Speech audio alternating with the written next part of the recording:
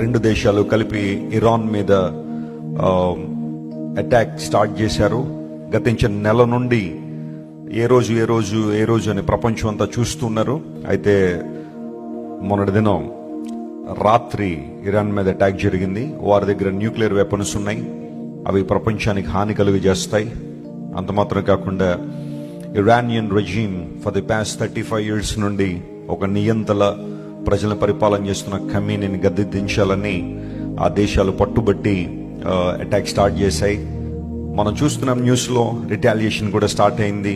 ఇరాన్కి చుట్టుపక్కల ఉన్న దేశాలు సుమారుగా 8 దేశాల్లో అటాక్స్ జరగడం, ఎయిర్పోర్ట్స్ అన్ని కూడా షట్ డౌన్ చేయబడడం, కొన్ని వేల మంది ప్రయాణికులు ఎయిర్పోర్ట్స్లో స్టక్ అయిపోయి ఉన్నారు. ప్రపంచం అంతా ఒక మాటలో చెప్పాలంటే అలా సందిగ్ధంలో ఉన్న పరిస్థితి ఉంది. మనం చేయాల్సిన ప్రార్థన ఏంటంటే యుద్ధ వాతావరణం అతి